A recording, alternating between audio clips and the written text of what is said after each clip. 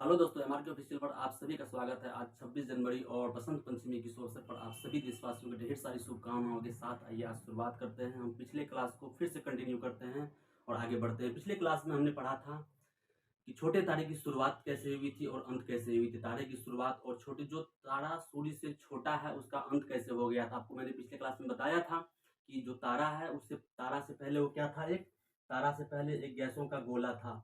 गैसों का गोला था, ये विरल गैस था और ये विरल गैस ग्रेविटेशनल फोर्स के कारण काफी नजदीक आ जाते हैं और काफी नजदीक आने के कारण ये क्या बन जाता था, निहारिका बन जाता था। ये मैंने पिछले क्लास में चर्चा कर चुका है, इसका फिर से आज रिवीजन करते हुए आगे बढ़ेंगे।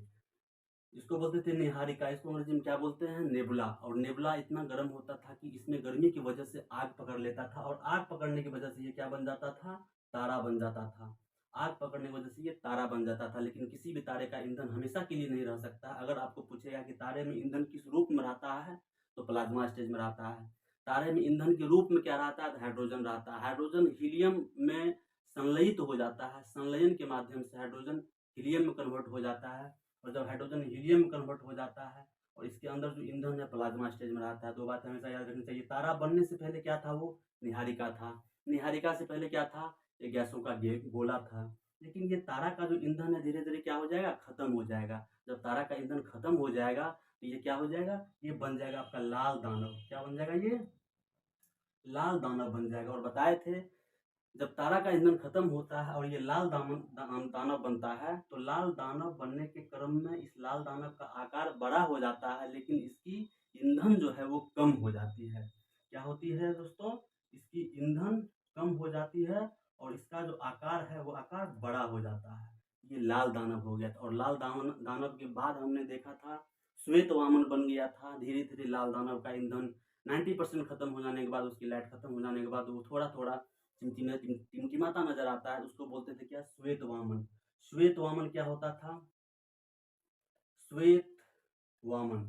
श्वेत वामन को ही बोलते हैं जीवाश्म तारा। जीवाश्म तारा को अंग्रेजी में बोलते हैं फॉसिल स्टार। तो ये फॉसिल स्टार और जीवाश्म तारा, फॉसिल स्टार बहुत थोड़ा थोड़ा टिमटिमाता हुआ नजर आता है, उसी को बोलते हैं जीवाश्म तारा, यानी श्वेत वामन या फिर फॉसिल स्टार।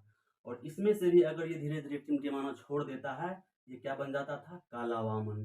काला वामन बन जाता था। इस चीज को हमने पिछले क्लास में पढ़ा दिया था। लेकिन आपको एक बात यहाँ पर याद रखना है, लाल दानव, कोई भी तारा, जो तारा सूर्य से छोटा है या फिर जो तारा सूर्य से बड़ा है, कोई भी तारा क्यों ना हो, उसको यहाँ से लेकर लाल दानव तक का सफर करना ही होगा। लाल दानव के पास आने के बाद तारा का आकार के अकॉर्डिंग डिवीजन होगा। अब देखिए क्या होता है इसमें। जैसे लाल दानव, पहले हम लाल दानव बनाते हैं और लाल दानव से जो तारा सूर्य से छोटा होगा वो बन जाएगा श्वेत वामन। उसके बाद काला वामन, कहानी उसकी खत्म। लेकिन जो तारा सूर्य से बड़ा होगा, आज हम उसके बारे में चर्चा करने वाले हैं। फॉर एग्जाम्पल, ये है आपका लाल दानव। क्या है ये आपका लाल दानव। इसको क्या बोलते हैं अंग्रेजी में, रेड जाइंट। ये क्या है आपका लाल दानव, इसको बोलते हैं अंग्रेजी में रेड जाइंट। लाल दानव का क्या था, आकार बड़ा था और इसमें ईंधन की कमी थी। ये लाल दानव के बाद तारा दो रूट में निकलता है। क्या कारण है, जो तारा सूर्य से छोटा होगा, कितना छोटा होगा, तो 1.5 गुना छोटा होगा। 1.5 गुना छोटा को 1.44 में मेजर करते हैं। ये इसकी एग्जैक्ट वैल्यू है।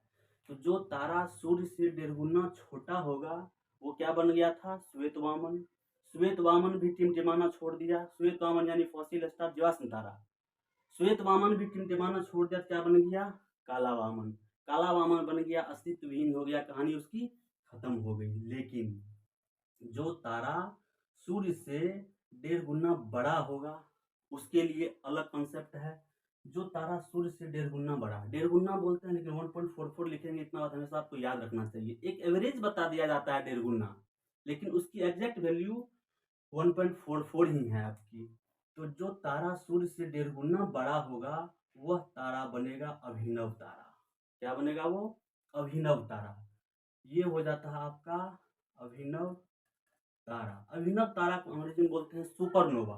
क्या बोलते हैं अंग्रेजी में इसको, सुपरनोवा। अभिनव तारा को अंग्रेजी में बोलते हैं सुपरनोवा। अभिनव तारा क्या होता है? अभिनव तारा को विस्फोटक तारा की संज्ञा दी गई है। ये तारा में इतनी गर्मी होती है, इतना ज़्यादा एनर्जी होता है, ये तारा विस्फोट कर जाता है और विस्फोट करने के बाद इसीलिए इस अभिनव तारा को ही बोला गया है क्या? अभिनव तारा को विस्फोटक तारा की संज्ञा दी गई है। और ये विस्फोटक तारा इसीलिए है क्योंकि ये तारा जब टूटता है ना, जब ये विस्फोट होता है ना, तो कई टुकड़े में बँट जाते हैं। और जब कई टुकड़े में बँट जाते हैं तो पहला बँटता है न्यूट्रॉन तारा। पहले क्या बोलते हैं? न्यूट्रॉन तारा। जब अभिनव तारा यानी सुपरनोवा विस्फोट करता है आकाश में, तो इससे कई टुकड़े हो जाते हैं। कहते हैं दिल के टुकड़े हजार हुए, तो वही बात यहाँ अभिनव तारा का है। अभिनव तारा का टुकड़ा टुकड़ा हो चुका है, अब ये टुकड़ा टुकड़ा अलग अलग तारा का रूप ले लेगा। देखिए कैसे होता है। पहला बनेगा न्यूट्रॉन तारा। न्यूट्रॉन तारा पे कोई चार्ज नहीं रहता है, न्यूट्रॉन तारा न्यूट्रल होता है, न प्लस न माइनस, कुछ नहीं रहता है। दूसरा होता है पल्सर। क्या होता है? पल्सर। पहला बना न्यूट्रॉन तारा जो एनर्जी विहीन है, जिस पर न्यूट्रल है चार्ज। दूसरा क्या बनता है? पल्सर। तीसरा बनता है क्वेसर। पल्सर, क्वेसर। और चौथा जो बनता है उसको बोलते हैं ब्लैक होल। ब्लैक होल के लिए एक स्पेशल क्लास आएगी हमारी, लेकिन बाद में। फिलहाल इस टॉपिक को क्लियर करने के बाद तो हमने क्या कहा? अभिनव तारा विस्फोट किया, पहले बना न्यूट्रॉन तारा, न्यूट्रॉन तारा के बाद पल्सर, उसके बाद क्वेसर, उसके बाद ब्लैक होल। अब बताइए, ये तारा जो ऊपर से दिख रहा है आपको, न्यूट्रॉन तारा, पल्सर, क्वेसर और ब्लैक होल, ये एक ऑर्डर में है।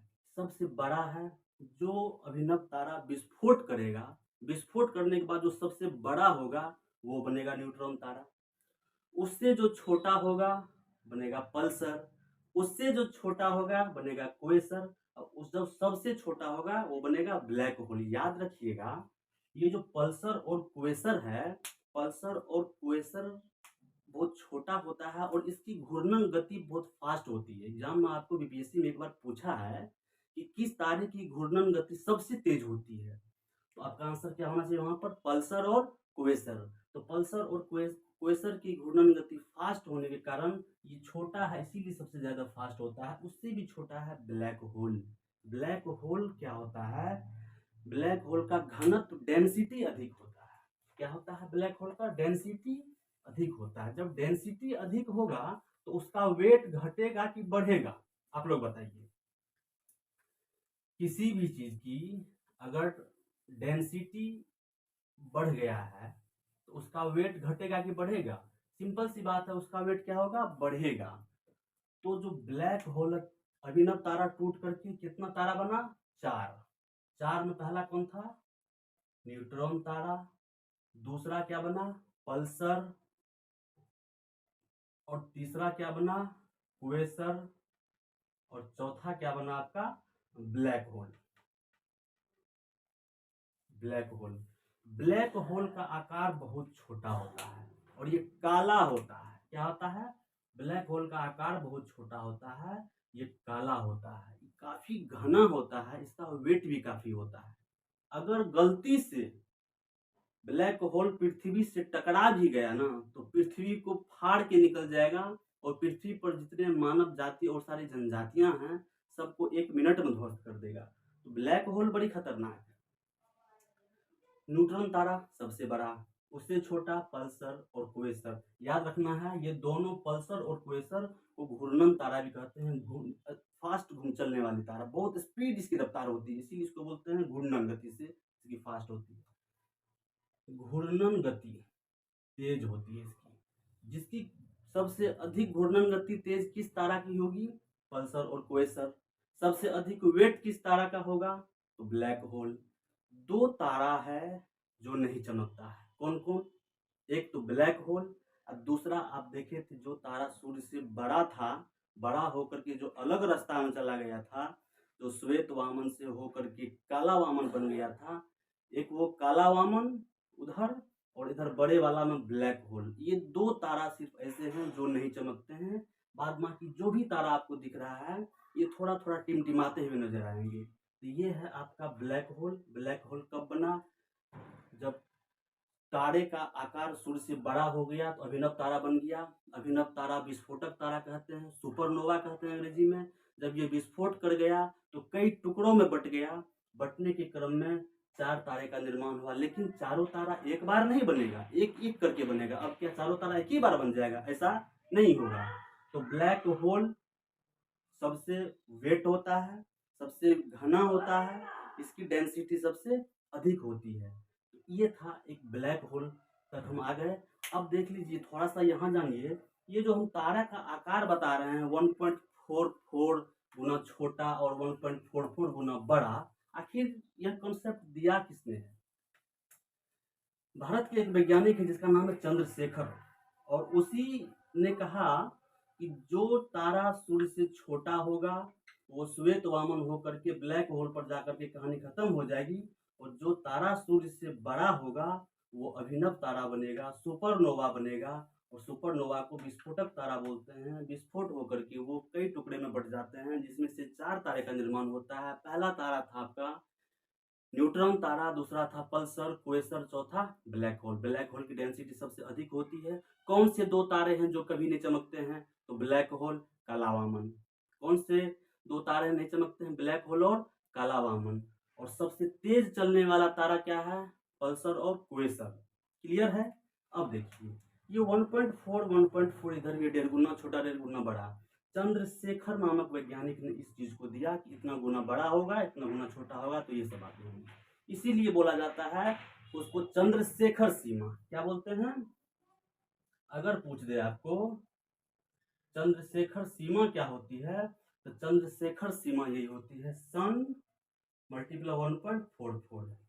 सन का 1.44 से मल्टीप्लाई करेंगे तो वो आपका चंद्रशेखर सीमा निकल जाता है। ये आपको याद रहना चाहिए, कई बार एग्जाम में दिया है कि चंद्रशेखर सीमा क्या होती है। ऑप्शन में आपको 1.50 भी रहता है, 1.44 भी रहता है। जो 1.5 गुना रट के गया है 1.50 मार देगा, कहेगा हम तो सही बना के आए हैं, हो जाएगा गलत। लेकिन रियल में क्या है इसका? 1.44 है। अब एक बात बताइए, तारा का जो कलर है, तारा का कलर किस पर निर्भर करता है? अगर हम तारे के कलर की बात करें, तारा का कलर किस पर निर्भर करता है? आप लोग बताइए, आप लोग पता होगा तो बता दीजिए, फिर तो हम बताने जा रहे हैं। देखिए, होता क्या है कि तारे का कलर तारे के घनत्व पर निर्भर करता है, या फिर किस पर निर्भर करता है? पृष्ठ तापमान पर निर्भर करता है। तारा का कलर पृष्ठ तापमान पर निर्भर करता है। जैसे तारे का रंग पृष्ठ तापमान पर निर्भर करता है। पृष्ठ तनाव नहीं है, ये पृष्ठ तापमान है। क्वेश्चन आया हुआ है प्रीवियस ईयर में, आप देखेंगे पीसीएस वगैरह और एग्जाम में, तो कहेगा तारा का कलर किस पर निर्भर करता है, तो ऑप्शन में आपको पृष्ठ तापमान भी रहेगा और पृष्ठ तनाव भी रहेगा। तो याद रखिए, पृष्ठ तापमान होगा हमारा आंसर। पृष्ठ तापमान पर तारा का कलर निर्भर करता है। जैसे अगर तापमान सबसे नॉर्मल है, मान लीजिए नॉर्मल तापमान है, तो तारा क्या होगा? लाल होगा कि सफेद होगा कि नीला होगा? अगर नॉर्मल तापमान है तो तारा लाल होगा, याद रखना है, वेरी इंपॉर्टेंट। अगर टेम्परेचर थोड़ी सी हाई होगी यानी मीडियम, अगर तारे का टेम्परेचर, तारे का पृष्ठ तनाव मीडियम हो गई तो इसका रंग क्या हो जाएगा? काला हो जाएगा। काला नहीं होगा, सॉरी, सफेद होगा। अगर मीडियम हो जाएगा तो इसका सफेद हो जाएगा। अगर हाई तापमान हो जाएगा, तारा का पृष्ठ तापमान सबसे उच्च हो जाएगा, हाई हो जाएगा, इस तारे का कलर क्या हो जाएगा? नीला हो जाएगा। याद हो गया होगा आपको, तारे का कलर किस पर निर्भर करता है? पृष्ठ तापमान पर निर्भर करता है। अगर सबसे नॉर्मल पृष्ठ तापमान है तो तारे का कलर लाल होगा। अगर मीडियम तापमान है तो उसका कलर सफेद होगा। अगर हाई तापमान है तो सफेद उसका कलर, उसका क्या होगा? नीला होगा। तो आपने ये देखा, पिछले क्लास हमने छोटे तारे के अंत बताए थे आपको, लेकिन लाल दानव तक दोनों तारा आएगा। लाल दानव तक आने के बाद इधर से 1.5 गुना छोटा में ऊपर जाएगा, श्वेत वामन काला वामन में, और जब ये लाल दानव से 1.5 गुना बड़ा हो जाएगा अभिनव तारा में आ जाएगा, अभिनव तारा विस्फोट कर जाएगा, 4 भागों में वो बटेगा। क्या बताया था? न्यूट्रॉन, पल्सर, क्वेसर और ब्लैक होल। ब्लैक होल की डेंसिटी सबसे अधिक होती है। ब्लैक होल अगर गलती से भी पृथ्वी से टकरा गया तो पृथ्वी को फाड़ के निकल जाएगा, पता भी नहीं चलेगा, इंसान कब मर गया, सारी जनजाति खत्म। तो ये था आपको बड़े तारे से छोटे तारे की शुरुआत का अंत कैसे हुआ, और तारे का कलर किस पर निर्भर करता है, आपको याद रहना चाहिए। मिलते हैं फिर इसी से रिलेटेड नेक्स्ट टॉपिक लाएंगे। आप लोग को शायद मज़ा आ रहा होगा। नेक्स्ट क्लास में मिलते हैं। जय हिंद।